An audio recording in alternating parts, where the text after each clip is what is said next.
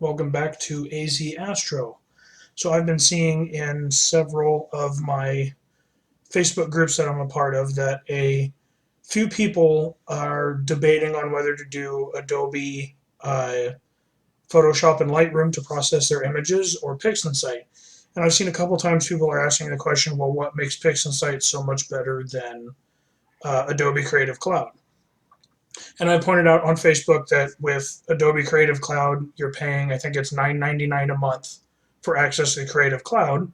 And after 5 or 10 years, you're looking at, thousands of dollars, $2,000, $3,000 to pay for Adobe Cloud. Whereas Pixinsight, it's a one-time, approximately $250 purchase, and you have it for life. As far as I know right now, you have it for life. So I wanted to make this short little video. I'm hoping it's not going to be more than like 10 minutes. But I want to make this short little video to give people an idea of the difference between Pixinsight and Photoshop. Now, I'm not trying to say that Photoshop isn't any good and that you can't that you can't process really good images with it. It is a very good tool. But I wanted to show just how much easier and better Pixinsight is able to do that. So this photo right here, this is Rosette Nebula. I took this photo about 2 years ago. It was one of the very first successful photos that I got. It was at a dark sky site with just my Nikon D3300. So this is the raw image right here. And then this image right here is the image after I ran it through Adobe Lightroom. So I have Creative Cloud. I'm going to be canceling it because I now have Pixinsight, but I have the Adobe Creative Cloud, and that's what I was using to process most of my stuff. I don't know much about it. I just knew the basics. Just like Pixinsight, I only know the basics, but I know enough to give people an idea of what you can do with Pixinsight. So this is processed in Lightroom. This is probably about 40 minutes worth of processing, trying to tweak it the best that I can. So in this video, I'm going to do a quick process. It's just a rough process of this raw image right here. So you guys can kind of get an idea of the differences between Adobe Creative Cloud and Pixinsight.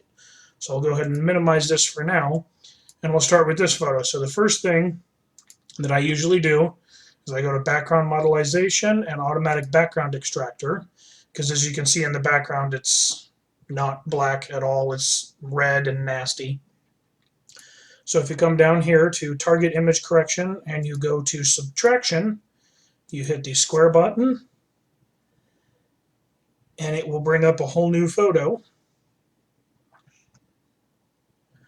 So I can exit out of this. So this is our new photo. This is the background that it pulled out of the photo. So if I stretch that, that's all the colors that it pulled out of the photo.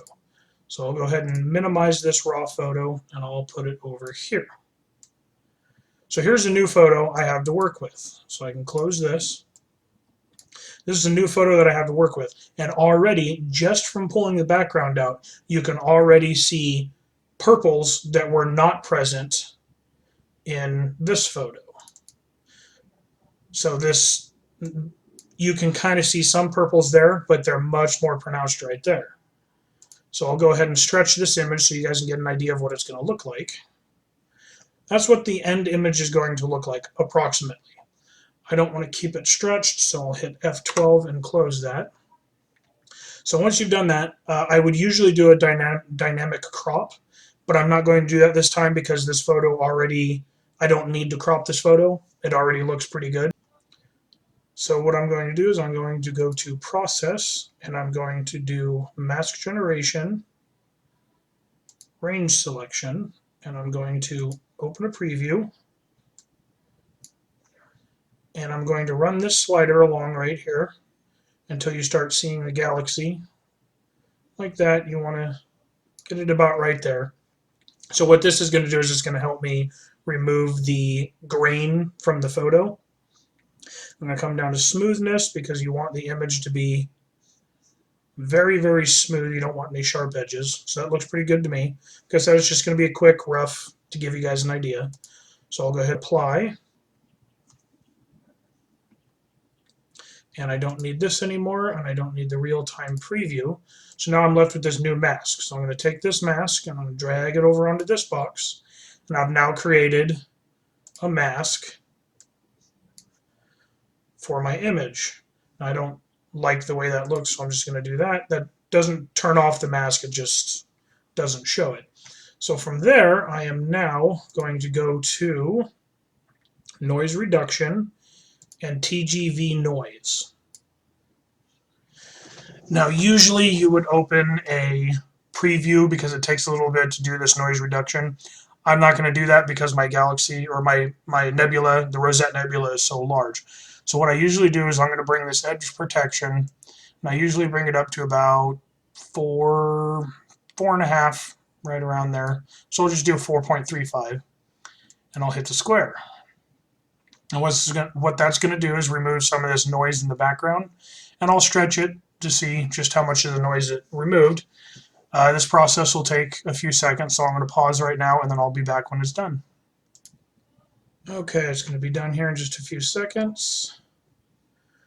So we'll see what this did for the noise reduction. It's not going to do anything extremely noticeable. Okay, so that's done. So what I'm going to do is I'm going to go ahead and stretch the image. And I'm going to zoom in a little bit. Okay, so you can still see along the edges here, there's still quite a bit of noise. So I think I'm going to do a little bit more on the edge protection. Let's bump it up to about 5.95. And I'll hit the square again. And I will be back again once this is done. Okay, so we'll be done here in just a few seconds. 85%. So we should see this background noise right here smooth out. If it doesn't smooth out, I'm not going to push it anymore because there is a lot of noise in this picture. So it doesn't look like it really did much. So I'm going to leave it alone from here. So I'm going to close that. And then I'm going to go right here. This button right here is the extract. And what this does is it'll extract the luminance data, a copy of the luminance data from this photo. So here's the luminance data. We can stretch that so you can get an idea. So there's the luminance data. And what I'm going to do is I'm going to go to Process. I'm going to go to Intensity Transformations. And I'm going to invert this. So now, as you can see, all the stars have turned black. You can kind of see the nebula in there. So before we do that, we're going to take this and we're going to clear this mask that's on here by clicking that button right there. And now this is inverted. We're going to take this and we're going to add this mask. And we can minimize this. And what that does is, so it's going to protect this, the stars from the unsharp mask, which I'm about to do. So you go to Convolution, Unsharp Mask. So what this is going to do is, if we zoom in, I want to kind of zoom in about right there. So what this is going to do, this unsharp mask, we can open a preview. So we take this middle button right here and we drag it over and it sharpens the image. I don't know if you guys can see that, but as I keep dragging it, it makes the image sharper and sharper. That's way too sharp. You want it to still look realistic. But as you can see right there, a little bit over. So you want the image, it kind of sharpens it, brings out that detail. So I think that's good right there. Just for the sake of time, I'll go ahead and accept that right there. Okay, so we can close the preview, we can close the unsharp mask, and we can turn off this mask. So now we're left with this image right here. This is a stretched image, so if I hit F12, it'll go back to unstretched, which I do need to do. And then from here, you go to Process, Image Transformation, and you want to go to Histogram Transformation. So what you're doing here is you want to open this preview for your image. You want to take this middle arrow right here, and you want to drag it to the left until you get a picture like that. So that brightens it up. And then you have another arrow all the way to the left there, and this will darken your background. So if you drag that this way, that darkens the background. And you drag it more this way, and you just kind of bring them together to a certain extent until you get the background that you're happy with, as well as the nebula that you're happy with. So, I mean, I could do a lot more, but I'm just going to leave it right here. So I'll hit apply, and we can close the preview, and we can close the histogram. So now we have this image. Now the image is actually stretched. So when I hit this button up here, this stretch button, it's just a temporary, you can turn it on and off. This is now permanent, so now the picture is stretched. So now we're going to go to intensity transformations again, and we're going to do curves transformation. Once again, we'll open a preview. And so what this is going to do is it's going to allow me, if I click down here, so you can see that box that I'm moving around in there. You want to grab about down there. If you want to bring this down, and it will darken your background. And then if you come up here to the top of this line and you drag it that way, it will increase the amount of color that you have in your nebula. I do like that, so I'm going to go ahead and add that to my photo. And I'll close this preview. And what I do want to do is I want to do saturation as well. So I will open another preview. So now that's my current image. I want to go to this S right here for saturation. And this is going to allow me to increase or decrease the colors as I see fit. So if I drag this down, it'll dim the colors, make them more dull. And if I drag it up, it'll brighten the colors. Now I don't want them too bright. I want this to actually look real. I don't want it to be fake. So it's the same way as the other one. Drag it around and you can increase the colors, decrease the colors. I think I'll leave it about right there, and I'll add that by hitting the square. And now we can close the preview and we can close the stretching option.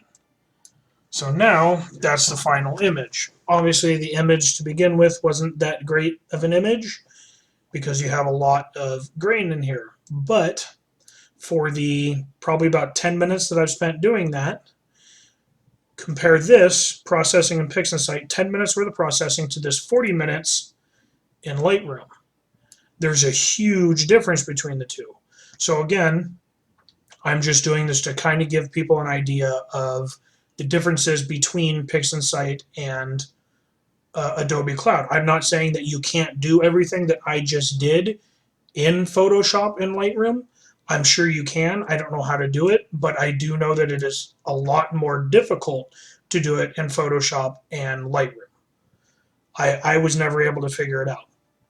But that's just, you know, a quick idea of why Pixinsight, why so many people love Pixinsight as much as they do.